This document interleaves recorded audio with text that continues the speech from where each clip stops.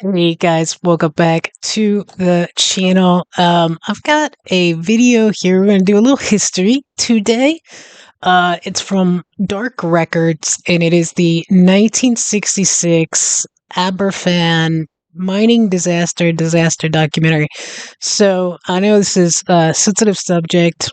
I've looked at a couple mining videos, but it's been a long while. So I do of course know that you all still have a couple little mining towns. I don't know that they're active now, maybe, but the one that I had looked at before, it wasn't active, but they had made it into a really cool whole like town exhibit, basically, where you could go and look at all the mining stuff and the shops, and it was really cool.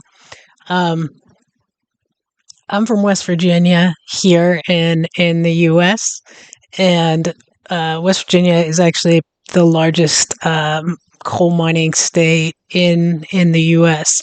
So that stuff is kind of very familiar to me. We obviously every state has to learn its history along with U.S. history and world history, and so we spent a lot of time on coal mining in West Virginia and how they would exploit workers and all that stuff.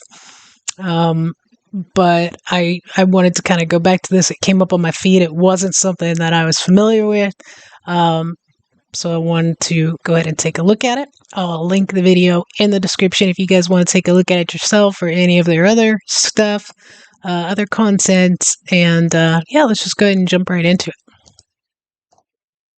Mining disaster, the Black Death. Coal, the black diamond of the British Isles, a carbon-rich fossil fuel on which the British had built their industry. For a long time, coal mining has been one of the most important businesses in the country. It put bread on the tables of thousands of families from Scotland and North England to Midlands and Wales. No different was the situation in the small town of Aberfan in South Wales. Everything these people had, they owed it to coal. However, it would also be the cause of the town losing what they cherished the most.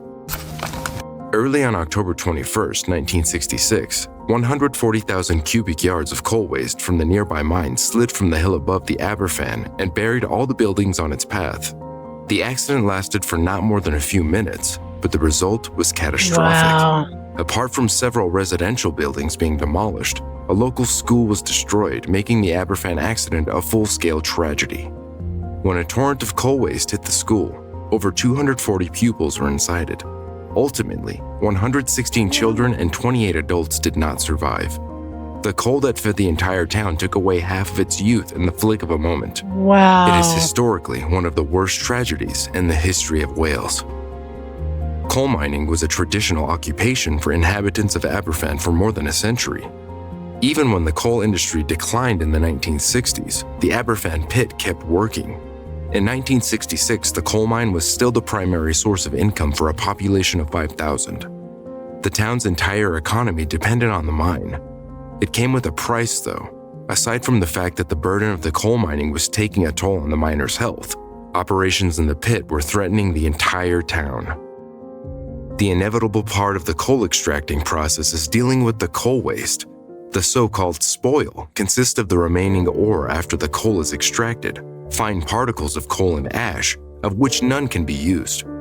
What miners do with spoil is dump it aside, creating large heaps of waste. These heaps or spoil tips can grow over 100 feet tall. By 1966, the Aberfan mine produced 7 such tips, 5 standing right above the village. I just had a question, and I didn't want to miss anything in that, but like in these mining towns, like let's say Aberfan, for example, do they still do any like mining or anything? Like West Virginia still does a little, obviously nothing compared to what it used to. There's just not the demand for it. But West Virginia is like one of the poorest states. And at one time it had been like booming. But they had different things going. They had like vaudeville and just, I mean, it's still a state with a ton of natural resources, but like even now, I just saw a video the other day in parts of West Virginia. It's very rural, and there's a lot of mountains, and so there's a lot of little pockets of communities, and they're not the best educated groups. They're blue, blue collar workers, I guess, and like they're still the really some of the best paying jobs, and especially in those areas where everybody's really just poor, like super super poor, and these people don't really have a choice, and it's hard for them to even like file like these medical things for the things that are obviously caught, like black lung and stuff that it's caused by one thing.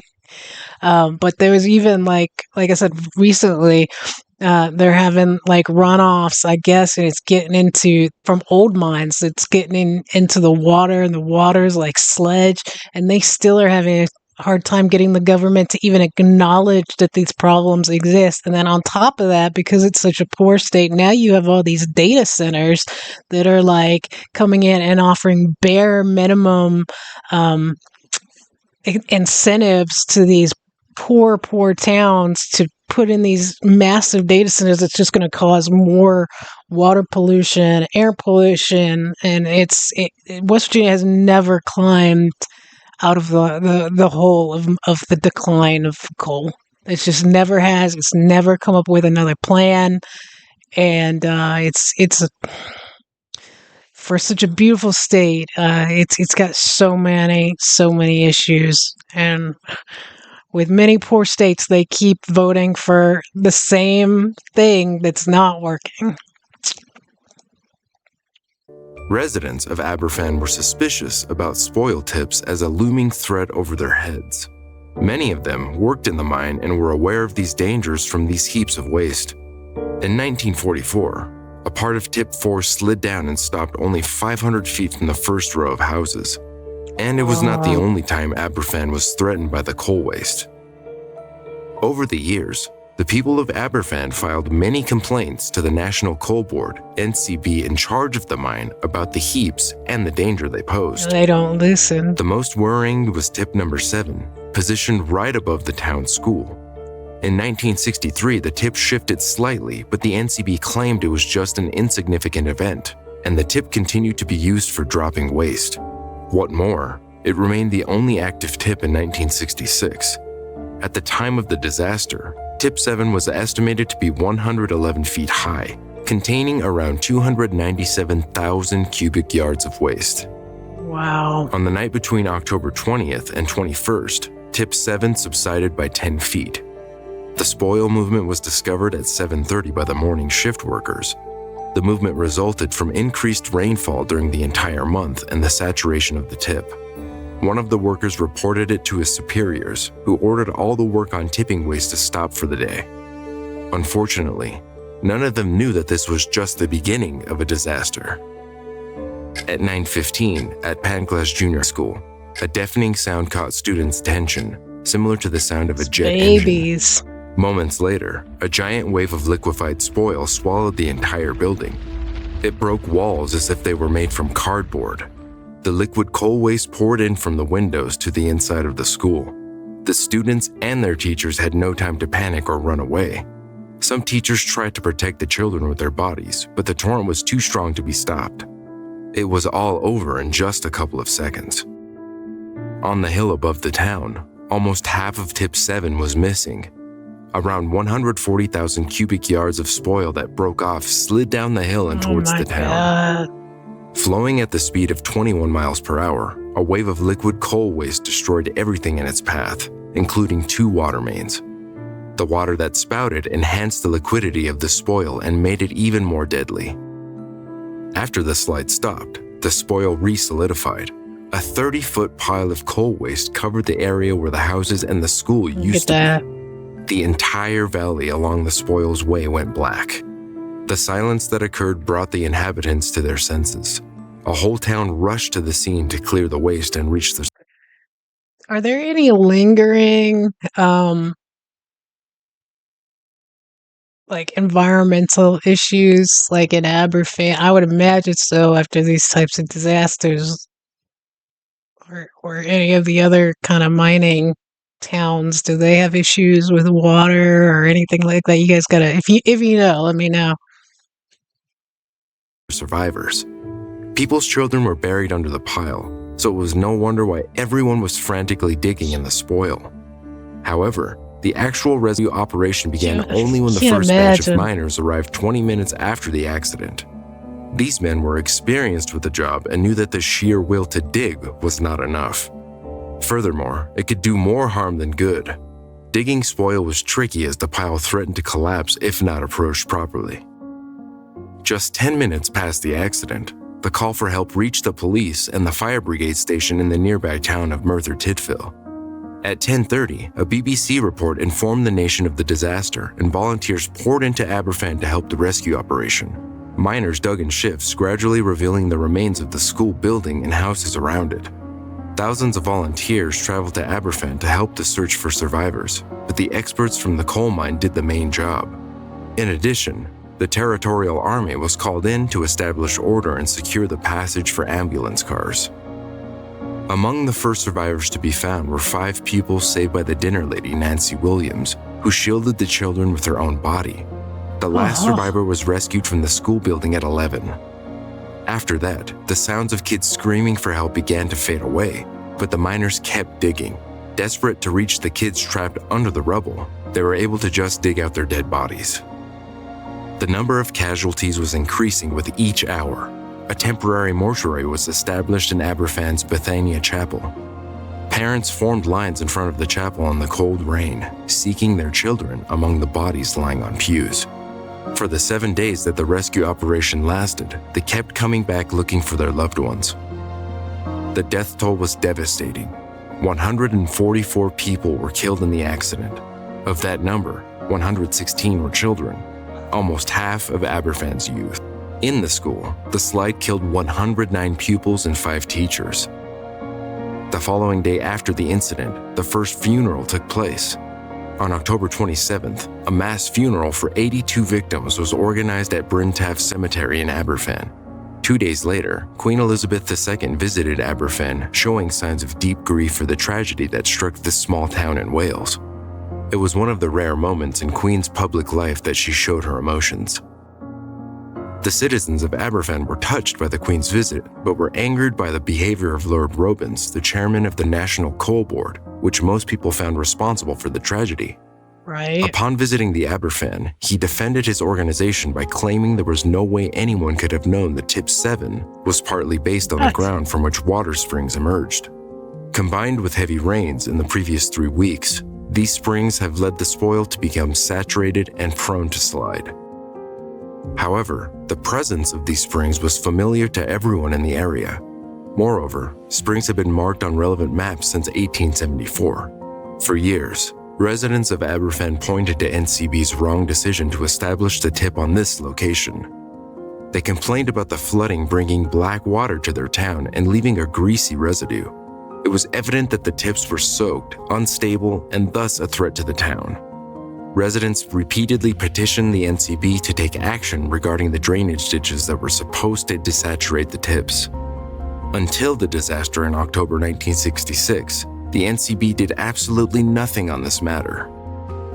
In the eyes of the angered people of Aberfan, Lord Robinson's claim was nothing but a blatant lie and a shameless attempt to take responsibility away from his organization. Right. On October 25, 1966, the Secretary of State for Wales formally appointed a tribunal to inquire about the disaster. After interviewing 136 witnesses in an inquiry that lasted 5 months, the tribunal published its report on August 3, 1967, blaming the National Coal Board. They accused the organization of ignorance and ineptitude in handling events that led to the disaster. Shamefully, neither NCB nor any of its employees were prosecuted on this matter. None of the staff inside NCB has been punished or sacked.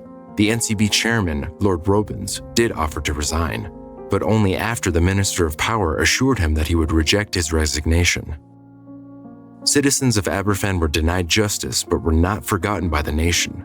In the months following the disaster, How? Something so public and £1,750,000 were tragic. collected intended for the There's relief of no all people punishment who for had suffered from anybody. the tragedy. But, unfortunately, not all the money went to those who needed it the most. A sum of £150,000 was used to clear the remaining tips, since the National Coal Board refused to cover the entire cost of the operation. The removal of the tips made the Aberfan landscape look completely different today than it was in 1966. However, the scars of the tragedy have remained for a long time after. Many innocent lives were lost, but the lives of those who survived were tarnished. The psychological effects of the disaster were tremendous. Over 150 inhabitants of Aberfan asked for psychiatric help in years to come because of the nightmares and other traumas they experienced. I was thinking that when it was talking about like kind of the makeshift